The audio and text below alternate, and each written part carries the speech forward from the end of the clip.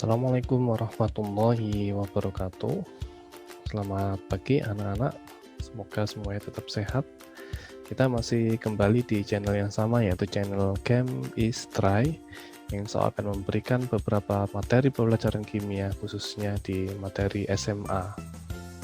Di kesempatan kita kali ini kita akan melanjutkan materi kita di hidrolisis garam, tentunya di subtopik yang berbeda, yaitu kali ini kita akan berlatih bagaimana menentukan sifat asam basa pada suatu garam. Tentu dulu di insya Allah 1 minggu yang lalu ada video yang kemudian kalian bisa akses di channel Game Istre yang menjelaskan bagaimana cara kita menentukan sifat asam basa dan garam. Seperti biasa, sebelum kita awali pembelajaran kita pada kesempatan ini, mari kita awali dengan bacaan basmalah bersama. Bismillahirrahmanirrahim. Langsung saja.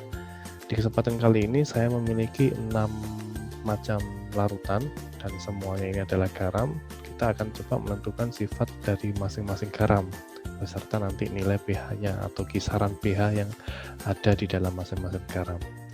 Yang pertama adalah natrium klorida atau NaCl. Kita tahu bahwa NaCl terdiri dari ion Na+ yang berasal dari basa kuat dan juga Cl- yang berasal dari asam kuat. Karena komposisinya basa kuat dan asam kuat sehingga tidak mengalami hidrolisis. Karena tidak mengalami hidrolisis maka sifat garam netral sehingga pH-nya sama dengan 7. Untuk larutan yang kedua yaitu amonium klorida, ada NH4Cl. Kita tahu ketika kita ionisasikan maka terbentuk ion NH4+ yang berasal dari basa lemah dan ion Cl- yang berasal dari asam kuat. Karena komposisinya ada basa lemah bertemu dengan asam kuat, maka dipastikan dapat mengalami hidrolisis. Sehingga sifat garamnya adalah asam. Karena asam, maka pH-nya kurang dari 7. Di larutan yang ketiga adalah natrium asetat atau CH3COONa. Pada kesempatan ini, jika diionisasikan tentunya ada kation Na+ yang berasal dari Na basa kuat yang kita tahu sebelum-sebelumnya, dan juga ada anion CH3COO- yang berasal dari asam lemah. Karena komposisinya basa kuat dan asam lemah, sehingga akan mengalami reaksi hidrolisis.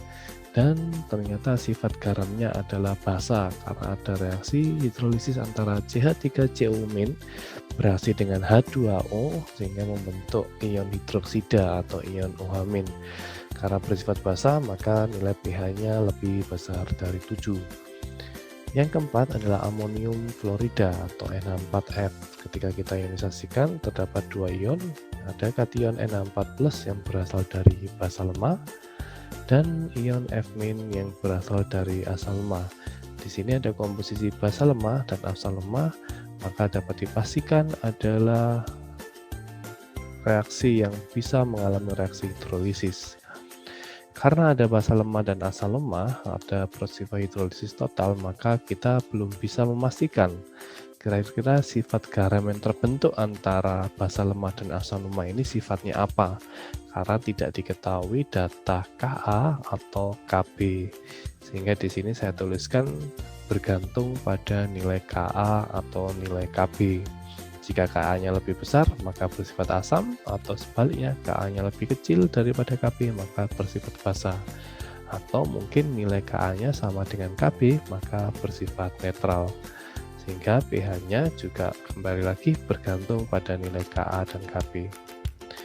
Kita menginjak atau beranjak di larutan yang kelima, yaitu ada larutan amonium asetat, ada NH4CH3COO. Ada ion NH4+ yang berasal dari basa lemah dan CH3COO- yang kita tahu juga berasal dari asam lemah. Sehingga dapat dipastikan bahwa reaksi hidrolisis dapat berlangsung pada garam ini.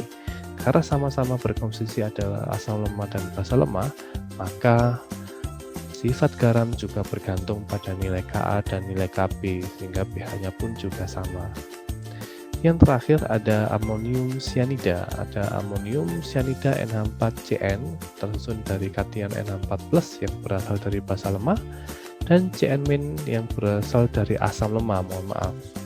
Ini adalah kation yang berasal dari asam lemah HCN, asam cyanida. Karena sama-sama lemah juga sama bisa mengalami hidrolisis dan sifat garamnya juga akan bergantung pada nilai Ka dan Kp-nya, sehingga pH-nya juga bergantung pada nilai Ka dan Kp-nya. Saya kira itu untuk latihan singkat di kesempatan kali ini dalam fungsi kita menentukan sifat asam basa dari suatu garam berdasarkan kation dan anion yang menyusun garam tersebut.